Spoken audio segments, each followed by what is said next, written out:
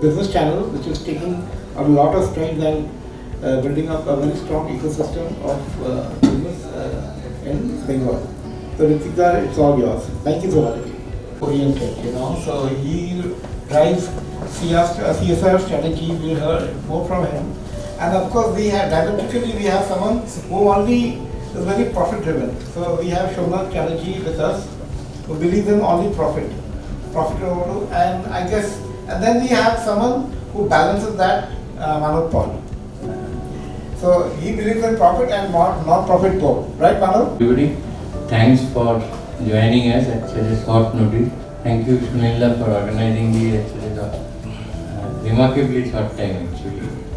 I have been dying to hear this adjective from Sunila Rockstar, because every time I go into social media and find Sunila attributing someone as the rockstar of SME space, rockstar of this space, that space. So I have been dying to hear this from him. I was hopeful that one day it will come to me also. Today has been that remarkable day again. This very topical issue, profit versus non-profit, choosing the right growth enabler and creating a socially impactful organization.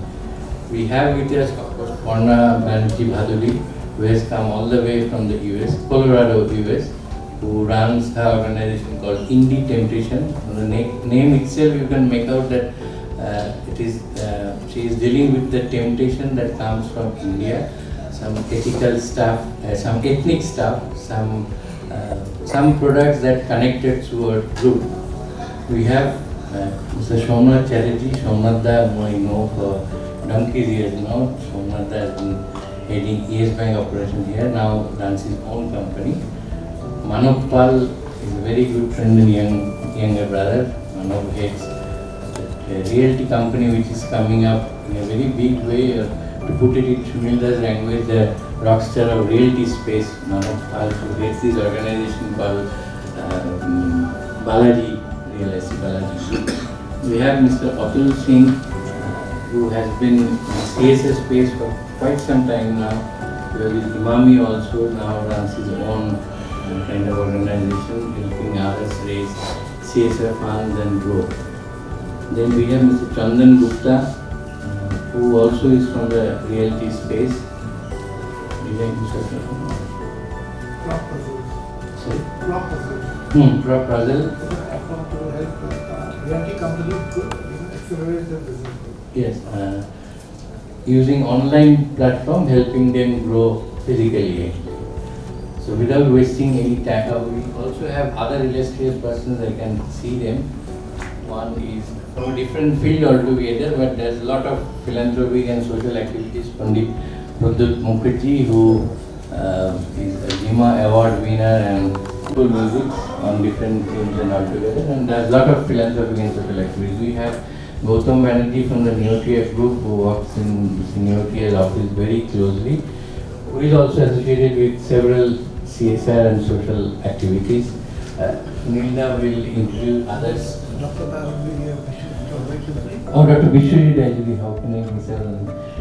He is the chairman of SciArt Group, who is into both the space in not-for-profit organization, at the same time companies which are running profitably in high-tech areas as well, at the same time in the education space. Sunila, please. Absolutely. So we have Aryant Kothari. He is heading the startup ecosystem for NASSCOM here. So he looks after NASSCOM East.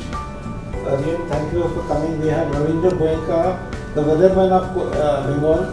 See, you can see him all the time in ABP Ananda Bajar, actually forecasting about the weather conditions, and most of the time it goes right. Like in the past, if you could hear weatherman speaking, ask bishti hobe na. But when he predicts bishti hobe, mane bishti hobe. And we have Kaushik Sarkar, a very renowned professional entrepreneur, coming up with his own, ideas of how to innovation. And we have a very young, dynamic Vikram Nath. He is a mining expert. He has just completed his, Sorry? Masters. He masters in mining and looking to geophysics. And sir, you know, Partha Chaudhary, sir. Third. Huh? Yeah, he is He's my advisor. He's the advisor. So thank you all for coming, sir. And we have the parents of Ponna Banerjee Bhaduri also. Thank you so much for being here. Then you work out some ways how you can sustain. The concept of sustainability was not possibly there. So first we will hear from Ponna because she believes it's not that not-for-profit approach which works on the ground. It has to be some kind of profit motivation that will lead to greater sustainability. So let's hear your story first. We will follow the usual format. Everyone will be given a chance to have their introductory remark. Then we'll maybe, I'm sure we will be sparked up with some questions which we will be asking. I was a faculty, so all of my students are sitting over there and I used to talk. So remembering that days. So first of all, thank you so much for inviting me here. I want to thank you, Ritika. I want to thank everyone for inviting me here. And I'm representing here of I am having a very small e-commerce platform which is we call Indie Temptation. So Indie Temptation, let me first start with Indie Temptation because this is where my dream has been started. And initially I had started with my from the beginning of since my childhood I was very fond of Indian art forms. There are different forms. Whenever I see the Dokra, Madhubani, by the way, my only daughter's name is also Madhubani. So she is of 20 months. And the different Indian art forms that gave me immense, what I call that it tempted me since my childhood.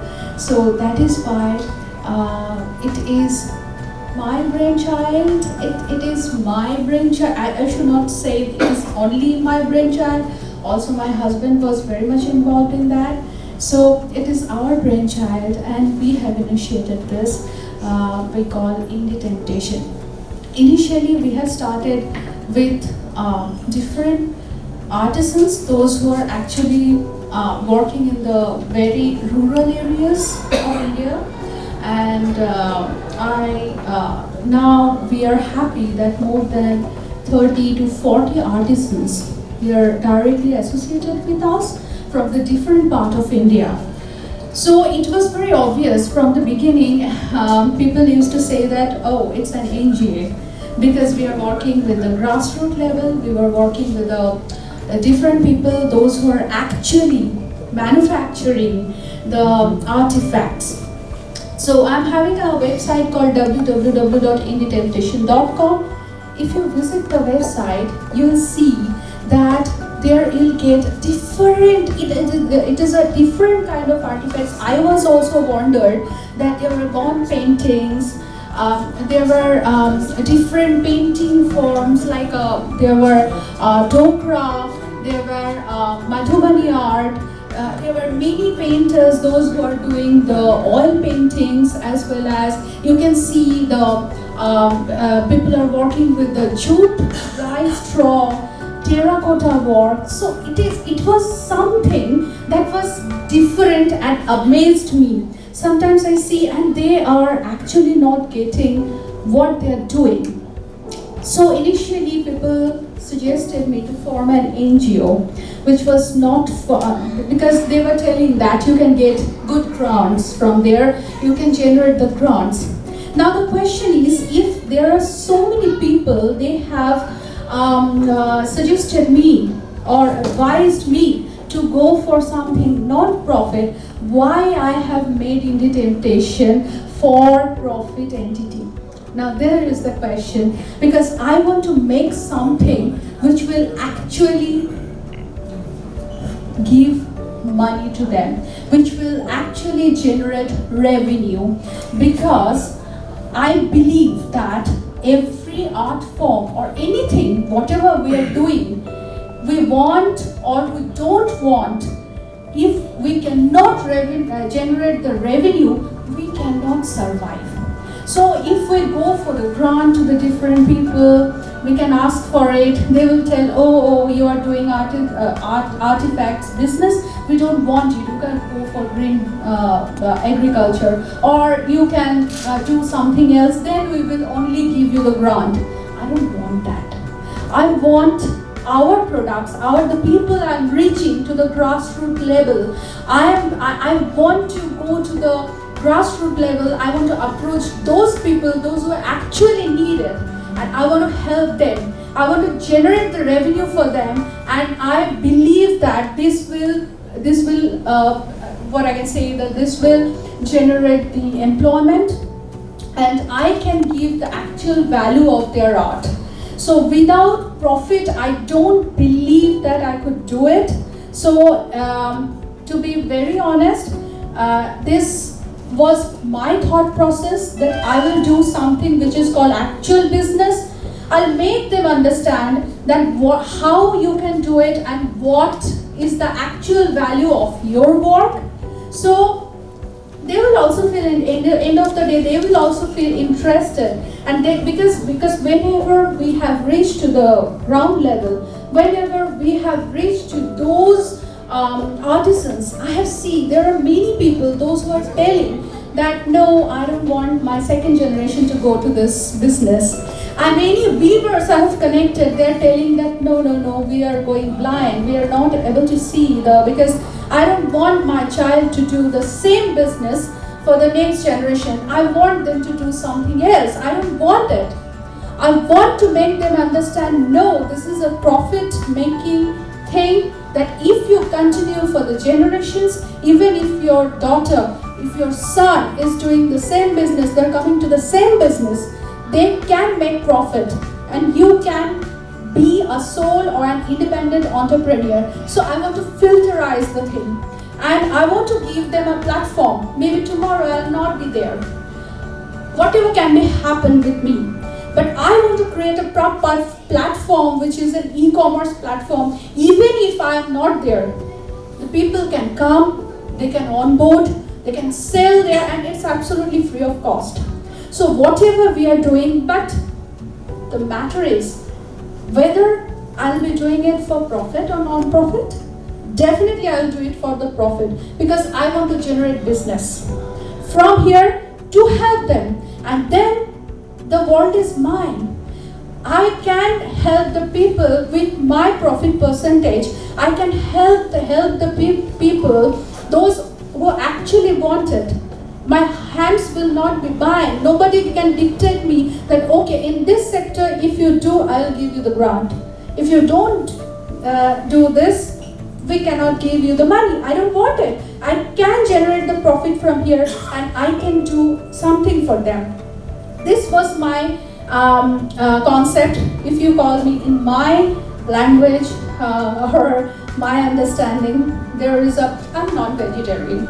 Yeah, we dream for. So, or an organization like Tata.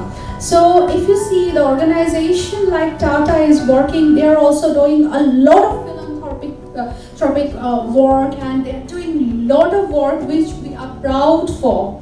But it is a profit-making entity, end of the day. So, we need to create something which will generate profit, will generate revenue. We will generate the employment, we will generate our money, we will help our artisans to make sure their lifestyle, and then this is what my dream for Indie Temptation, if we can get it. So in that course, I cannot do it alone, as I'm a fan of Ratan Tata. So as he said that if you want to create something good, then you have to walk alone, or but if you want to go far, then you have to go together. And for that, I need your help. So if I want to survive and I want to make Indie Temptation big, or I want Indie Temptation to do something better, I want you to help me. If some support. So that would be great help for me. But I believe that a profit-making organization can also means, I'm not telling not for profit-making organizations are not good. So that person is doing some bamboo work. I saw when I called him, and there was that was a rainy day, and that person is doing his bamboo work with a small hammer, and that person is doing it, and he's terrace. I don't know what is called. There is a aluminium terrace in the rural areas. It just leaked. I told him to put some something to keep his artifacts intact, because this is going to spoil. The rain is going to spoil the artifacts. He said that he doesn't have money. So do you think that if I go for like a whims, like okay, I'll do something for the charity, will I be able to survive? Will my artisans will be able to survive? No. I'm not telling we should sell the products of 100 rupees product, we should sell it to the 1,000 rupees. I'm not telling that. But at least we can generate with our marketing costs. We only take the marketing cost and the digital marketing cost we tell, and the processing cost, shipment we take. So with a proper, perfect, what I can say that pricing, so we can do something better for them. So I believe social sector is also an entrepreneurship thing. It's not free. We did a survey and we found out, the NGOs in India, we used to talk about India. We found out that in the NGO, what happens is, how does the NGO work? Then I'll go to the profit part of it. How does it work is, we take money from people. It seems like a venture capital, it seems like an investor. We raise capital for people. A certain portion of the capital is kept for the staff expenses. The rest is doled out to the people. That's how your NGO works out when I'm doing philanthropy. We found out that you need good talent in this sector. Without that, you cannot do. And this sector, there are a lot of women who are coming to this sector for whom it's the secondary needs. But they worked, good background, good education, they worked and then they've taken a break, they've gone the family way. Now they're coming back. To get the good talent and to develop this sector, we need to pay money. Typically, earlier it was a 10 to 12% of the capital. Now we are getting 15-20% of the capital to be given for the cost. Because the social entrepreneurship. So when a large corporate, who does all this work? Wipro, ICICI, multiple Tata, the HFC. So they give money. Some is for the education, some part is for the healthcare, some part is what you are doing. But then the idea is that it's a social work which has an entrepreneurship leg behind it, right? So coming to the Tata's example, now Tata, we work very closely with the Tata Memorial. The Tata Memorial, they do a lot of philanthropy, but they do it from the commercial profit. They don't go out. So Tata Memorial does the profit, from there they give the money. That's why no other NGO helps you Tata Group. So because Tata has it's a very good policy that I make money and then I do philanthropy. I need money from banks, I need money from investors, and for them I have to give them a return. That's my basic thing. I have to give them return. There's no other that's a reality of life. So to give that, obviously I need to make money. If it's giving me 100 rupees, I have to make money and give a return. I can do social work, I can do whatever. So profit, if there's no profit, the business will shut down. The venture will forget business. The entire venture will shut down. There are impact investors, yes, across the world. As I said, this IGER I'm picking up some impact investment. Impact investors are there. But they also look at what is the money coming in. I mean, I wish I could have shown in my hospital the photo how there was a Amma who was reading Gita and she couldn't read the Gita because profit had been doing it. If I don't make profit, nobody will give me money. I'll not give, after 100 cattle, I'll stop. So profit is something which is the first word in management. We say we are here to increase shareholder value. That's the first thing. Who's the shareholder? The owners. The owners are the shareholders. I'm here to make money for my shareholders. I'm here to give money to my bankers to give the business. that has to be kept in mind while doing it. All the social people take it wrongly.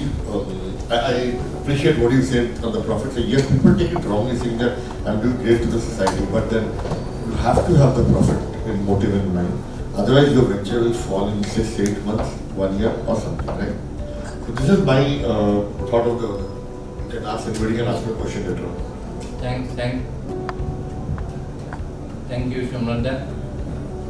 So far, we have got some kind of converging views that even if you want to do some good work, socially impactful work, you need to have some kind of profit to reinvest.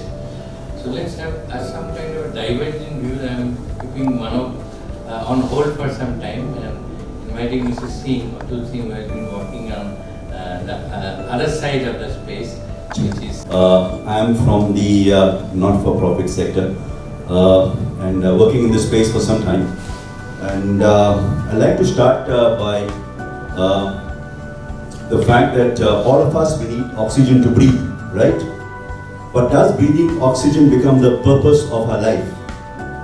No, oxygen is required for us to survive and to live life. Similarly, profit is required for the business.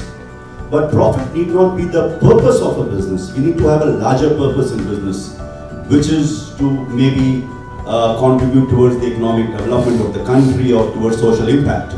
So I've been working in this sector for a long time, and the NGO sector does not prohibit you from making profit. We call it surplus.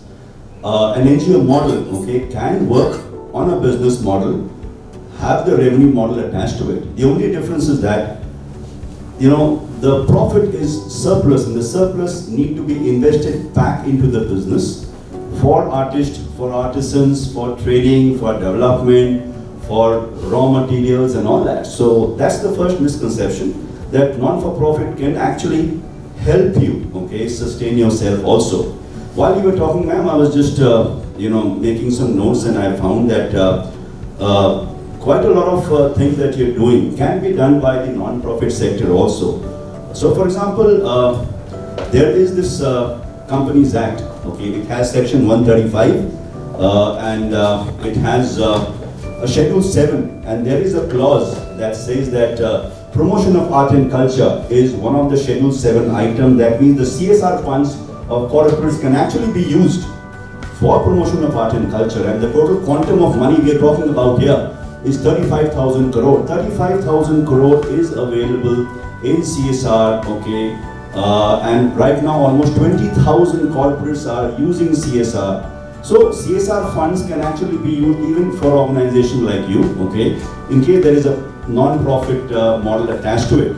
And also from the perspective of the fact that, there are social impact, for creating social impact. So for example, we talk about, we have got a 6S model, which is talking about scalability and sustainability. What can be done for the future is having a shared value business model, where a business is set up to be able to solve a problem or to be able to, address a cause or a purpose. Like you have this business where you want to address or you want to promote Indian art, culture, heritage, and you would like to showcase it at the global platform. Now that's working at scale at a global level, okay? Now the issue is that, in CSR we have something called proof of concept. I'm sure you have done a small pilot, and of course after doing a small pilot, you've been able to demonstrate results that now this is the model that can be scaled up. Indian artist, Indian heritage, Indian culture is something that can be showcased the world over. So scalability is one aspect. The second aspect is sustainability. How can you make the model sustainable? Now grants have sometimes a very low shelf value. It can finish in a year or two, and the corporate decides to change their focus middle of the year, saying, now my focus is environment, I'll be kind of giving it for environment. So what about sustainability of your program? So what I'm talking about is, there is no call one size fits all. A shared value business model is the best way to go, where a business can be set up to solve a problem, okay? And in the process of solving a problem, you can make profit. Profit is not a dirty word. Of course, in the social sector, sometimes we say, profit ke liye kaam kar raha hai. So what? Schools are there, which is making profit. Hospitals are there, which is making profit.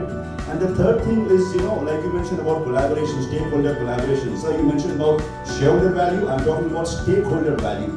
let's look at creating stakeholder value so that each and every work that we do adds value to the kind of skills that we can bring on the table. So, stakeholder value, scalability, sustainability, shared value business model. And of course, the most important part that I have to say is speed of execution. Like right now, I think the country is having a lot of intellectual discussions everywhere. I'm part of so many panel discussions and I talk about various aspects, but then nothing is getting implemented on the ground. So the next S I'm talking about is speed of execution in terms of, collaboration sometimes do not succeed because, there is conflicting interest and all that, and the execution is not happening. So execution has to happen.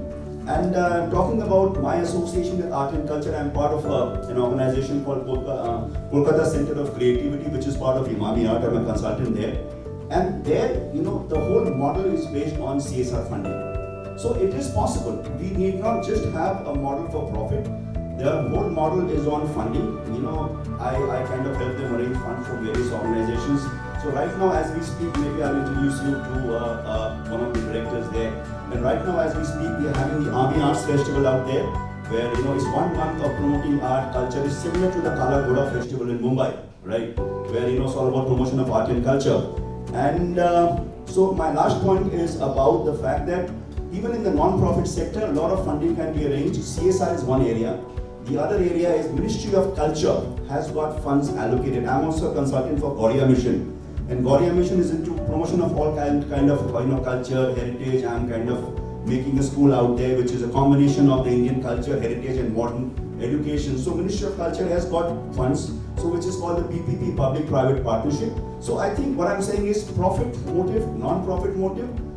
We need not choose one. We can look at a shared value business model, which is incorporating the best of both the world, incorporate this into our business model, and also kind of generate profit, surplus, whatever you call it, okay? And for a purpose, for a specific cause. Like I said, we need oxygen to breathe. It did not become the purpose of our life. We need profit to survive as a business, but a profit for the business, there has to be a larger purpose, is to be able to make a difference to the society, to be able to make a difference to the ecosystem that we have, and to be able to create the right social impact. Thank you. Actually, I would like to introduce that since 18 years I am a faculty in Vidyashankar College, the Calcutta University. But I got the opportunity to work on reputation in the government of West Bengal Education Department.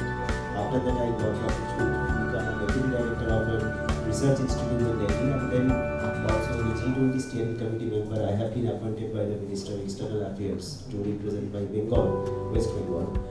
And the SIARD organization, whatever Ritika has mentioned, it's purely a non-profit research entity, and now you can consider since 2019 I have developed that SIARD platform, and is with a focus that is that we develop a policy research advocacy think tank, because considering in Indian perspective there are few very policy research organizations are there, but as soon as the time goes on, SIARD is developed its wing from the different sectors. Already we have developed several centers of excellences under SIARD group. You can consider SIARD as a now group of organizations which is acting as an umbrella where the remote sensing and geospatial technology is one of the major vertical. We have recently started our own drone unit by the name of famous scientist, the Radhanath Sridhar, who calculated the height of Mount Everest. And also the Center of River Affairs, which is now being converted into an International Institute of River Affairs. We have started from this financial year one IT vertical, that is the Femtile Global Tech, and I think Arianda is here, and we have a discussion going on, and we have started that unit. And also some another ventures will go to come, and these are still now I am saying that it is a non-profit entity under the umbrella. But as I agree with Mr. Singh that nothing in profit and non-profit should go hand by hand, and without sustenance, without proper development, and we can sustain, no profit or non-profit organizations could be sustained. And that's why their PPP concept, where public-private partnership, those who are working in the government industry sector, is very familiar term. So I think this is a very important term which we could also be applied in case of both profit and non-profit sectors. And as SIAD, you can consider that we have been developed, we have been started, and it is now a bootstrap platform which is with the initiation of the time it is growing on, and now we are already started our wings in the different other states as well. And we are associated from the very beginning with the international organizations, and as I mentioned, I was the G20 steering committee member, so I have been connected with the several international countries too. So we have already developed our wing in the other countries. And SIAD actually, as a policy think tank organizations, we think that any organizations, if in coming year, whatever I got the experience from my academic career, I understand that it is not possible to think in a single way, but it will be not in a multi-dimensional way, but should be integrated. How our technology could be applied in case of for solving any problem, and as a phenomenon was also mentioned, to solve the problem, we need to think in an integrated way, and for this integration, we need to find out the opportunities, we need to find out the ways where we could apply our thinking, our technology, and that should be a blended model which will be ultimately helping in solving the problems of our society. And through this initiative, and I'm very happy to say that still now, whenever we have been started, only 1 and 2 members we have been started. Now our members and our organization size is little bit growing size. And also in other states, as I mentioned, we are going to start our chapters as well, and not only that, in other countries too. And with this initiative, so as I mentioned, now our drone verticals we have been started, our anti-verticals we have been started, and whatever the initiatives we are working, it is based on the collaboration with the several central and state government bodies, and we are already right now associated with the 15 central government organizations. We are the advisory partner in some other northeastern and eastern state governments, including our state also. And through this initiation, we are focusing from the very beginning, that is the capacity building, integration of the technology, and how the people could be connected, and collaboration, whatever she mentioned also, and also agree with that. Collaboration is very much important, which from the very beginning we are focusing. And through this, still now, as I mentioned, it's under the non-profit entity, but SIAD is growing with the business. Thank you. Does that mean, this law itself, does it mean that it's a kind of, if you earn profit, then you are eligible to do some social work or philanthropy work, or only the profitable organization can actually do meaningful social work? See, first of all, profit is not a dirty word. Profit is a neutral word. It is all about how you make it and how you use it. See, for the last 2.5 decades, I lived up to and personally to both the world. I'm running an export company for the last 26 years, single business. With a single name, I'm running it. And also now we are running a tech-based platform for the real estate business. So this is one side I'm doing all the profit making. And the other side, where the list is a bit longer.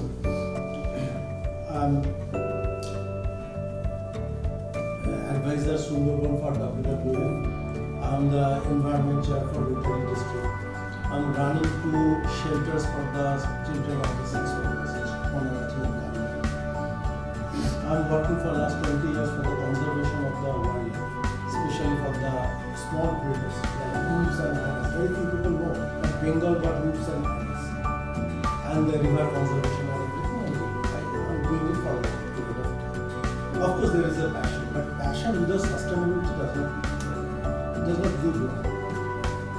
So profit, as I said, that how you make it and how you utilize it that is the most important. So more than profit, the topic of discussion should be sustainability. A business organization without sustainability cannot run. So is the non-profit making organizations. I have seen so many good intentions, but could not continue for a very long period of time because there is no model, no strategy, and no revenue model. Revenue, as Atulji said, it is a surplus. So as I said, that how you use it. So basically it is profit. So you need to go away with that money like any cheat fund companies, or you want to reinvest it. That is the most important thing here. And good intention only doesn't work. See, there is a nice film. if you have seen it, that machine gun preacher.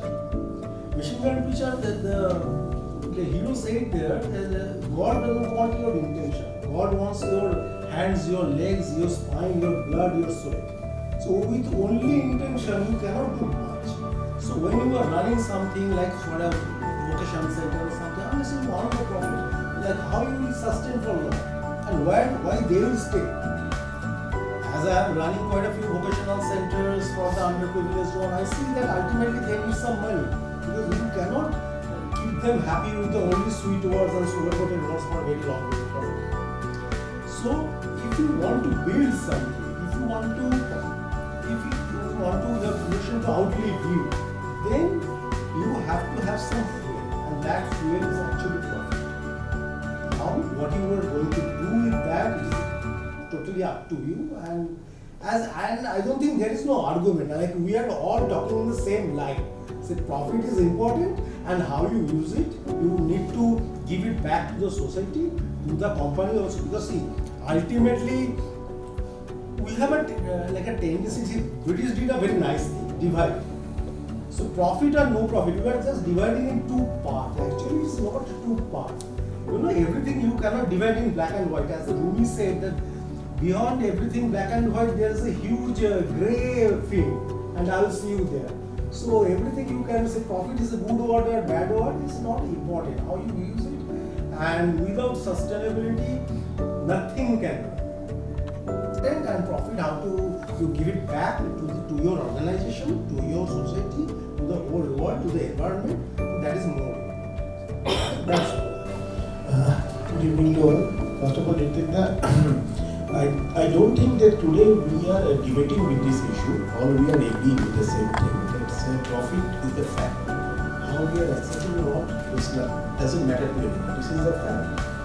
So every business house, every businessman, every entrepreneur is itself a very good social problem. How? So whenever we do something in terms of business, in terms of entrepreneurship, we do employ someone, we buy something as you are saying, your vendors, and this whole going to Russia that does not think the vendors feel free to come to business. So you are doing something, definitely, it's a social impact is going on. But still, again, there is some other word called vendor. Exactly the way you are doing the social work. So whatever we are doing, profit is a word. I don't think who says dirty. I never saw when I hear anything. This profit is a dirty word.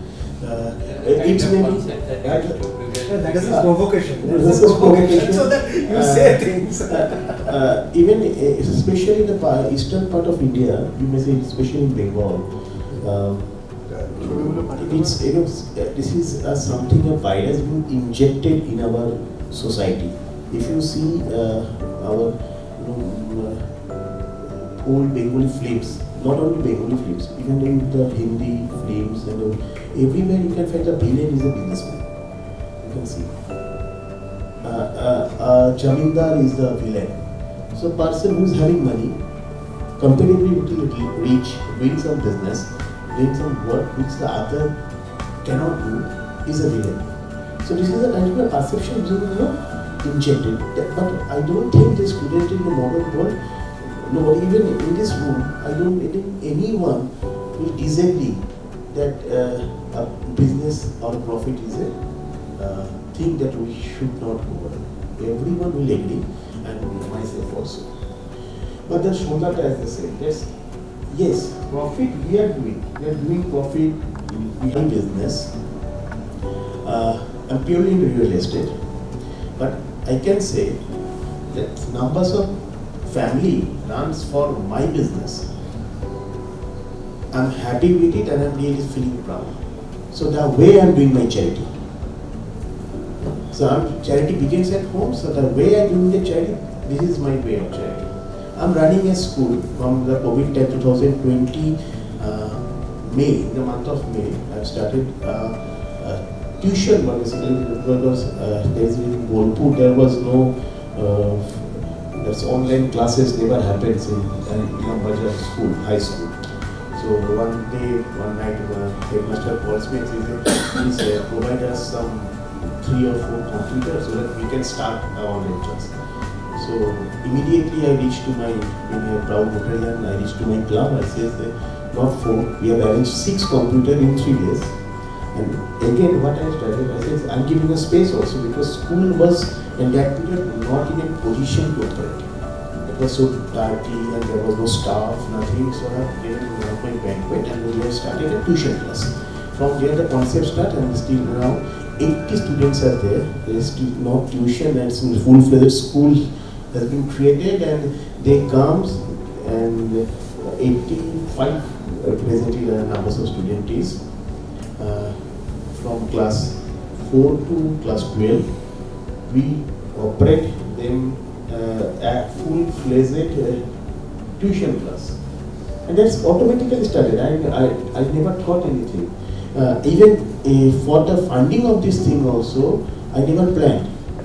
It happens automatically through my project. So, being a social impact, for creating something social impact, we always need fund because I am funding this thing. Until and unless I will be able to make profit from my own business, how this will serve. So everyone I think in this room is agreeing with this motion. So creating profit is not at all a bad word, but how we are doing it and how we actually return it back to our society, that's important. Thank you.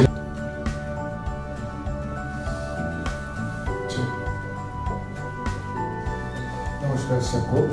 मैं पहले विक्की जी को धन्यवाद दूंगी मेरे को आज invite करने के लिए। मैं प्रॉफिट के और नॉन प्रॉफिट के बारे में एक बात बता रहे आप लोग को। क्यों ना मैं म्यूज़िक लेकर बहुत काम करते हैं और अभी हैदराबाद में एक ऑटिज्म आश्रम है और उधर बहुत ऑटिस्टिक चिल्ड्रन है। मैं ऑटिस्टिक चिल्ड्रन के लिए लास्ट 2 साल काम कर रहा हूँ। मैं खुद फ्री में कंसर्ट बजाया और बहुत पैसा उठा दिया। अच्छा अभी गवर्नमेंट ऑफ तेलेंगाना এবং ডিপার্টমেন্ট অফ কালচারের সাহায্যার্থে আমি হায়দ্রাবাদে অনেকগুলো শো করি, যার মধ্যে আমার সঙ্গে কোলাবোরেটর ছিল অনুপ জালোটা, বিনোদ রাঠোর, বিশ্বমন ভাট, সব পদ্মভূষণ আর্টিস্ট। ওদেরকে নিয়ে আমি শো করে রোটারিয়া মানে অটিজম আশ্রমকে কয়েক লাখ টাকা তুলে দিয়েছি। আবার করছি 13-14 তারিখে আমার শো আছে আমার আর বাংলার ঋতুপর্ণা সেনগুপ্ত। আমার অটিজম আশ্রমের জন্যই করছি। এছাড়া আমি সারা ভারতবর্ষে আমার একটা নিজেরও অর্গানাইজেশন আছে। আমি কাজ করতে গিয়ে দেখেছি যে ফ্রি অফ কস্টে আমি তো আমার তরফ থেকে যতটা পারি সবার জন্য কাজ করি, কিন্তু ফ্রিতে কাজ করে কতদিন টানা যাবে? ফ্রিতে কাজ করে আমি একদিন চলে যাব, আমার অর্গানাইজেশনটাও মরে যাবে। আমার ইনকাম থেকে আমি কিন্তু এই বাচ্চা যারা হারমোনিয়াম কিনতে পারে না, তবলা কিনতে পারে না, পড়াশোনা করতে পারে না, আমার ইনকাম থেকে দিচ্ছি। তার কারণ একটা আছে, যেহেতু আমি আনম্যারিড, আমার কোনো প্রবলেম নেই। এটা হচ্ছে বড় একটা ব্যাপার। আমার কাজ সেবা করা, আমার মনে হচ্ছে আমি সেবা করতে এসেছি। এবার যাদের কে কি বলবে আমি জানি না। এবার আমি এরকমভাবে অনেক সেবা করি, কিন্তু আমার মনে হয়েছে যে এইরকমভাবে কতদিন চলতে পারে। আমি সারা পৃথিবী জুড়ে প্রোগ্রাম করব, ওই টাকা আমি ওদেরকে ডিস্ট্রিবিউট করব, কিন্তু আমি চলে যাওয়ার পর কি? তো একটা অর্গানাইজেশন হওয়া দরকার এবং প্রফিট হওয়া দরকার। প্রফিট বিনা কিছু চলে না। আমি বাচ্চাদের জন্য একটা মিউজিক করেছি, থিম মিউজিক। আপনাদেরকে আমি শোনাচ্ছি, যদি 1 মিনিটের থিম মিউজিক যদি সময় থাকে।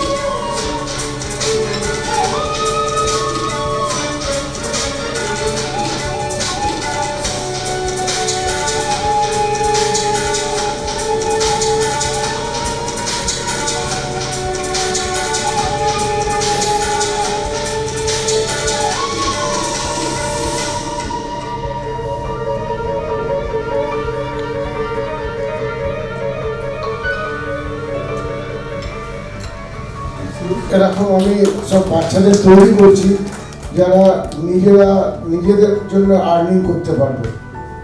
এইভাবে আমি কিভাবে ট্র্যাক বানাতে হয় সব কিছু করছি এদের জন্য। ধন্যবাদ। The day she spoke to me, in fact, Ritik told me that she'll be in touch, and when she was telling about her initiative out of the United States and in Calcutta, it was absolutely heart-filling. And I said, look, I have several friends who live in that country, but when they come out of here, they just come as tourists and go away. So my little experience over 3 decades in CSR, I think it's a universe, and the old laws of physics, where you have a platform and a mechanical advantage. One side you got profits, one side you got non-profits. The amount of weightage to both is absolutely identical. Otherwise the seesaw will tilt on one side. If you make too much of profit, it doesn't go to that side. If you have profits and you're not coming here, the side will tilt. So the basic word is distribution of profits. And I think that both are on the same platform, judiciously used, which is why when this,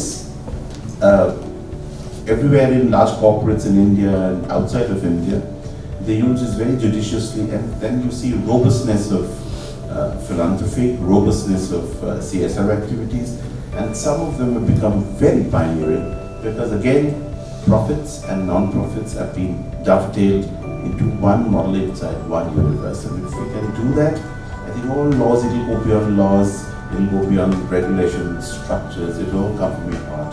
And once that does, it will inspire you. That's what thank you very much. Got to learn a lot of things. So, as Sunilji said, and as most of you know, I represent NASSCOM and head the Eastern and Northeastern chapter for the startup division. So, for me, just would like to place a view like every profit would need a non-profit, and every non-profit would need a profit. Because to raise a voice, for example, we mentioned the examples were given about CSR, examples were given about profit sharing, but there's also another very intangible thing to be the voice of the industry. For example, very own example like NASSCOM. So large companies like TCS, Cognizant, Google, Perplexity are the India division are our members. So they need a voice to place before the government, before the academia, and they cannot do without non-profit. আনন্দ আর ভালোবাসার দীপ্তিতে গড়া সমুজ্জ্বল পরমা, ঠিক তোমারই মতো। শ্যাম সুন্দর company jewellers, Agartala, Udaipur, Dharmanagar, Kolkata.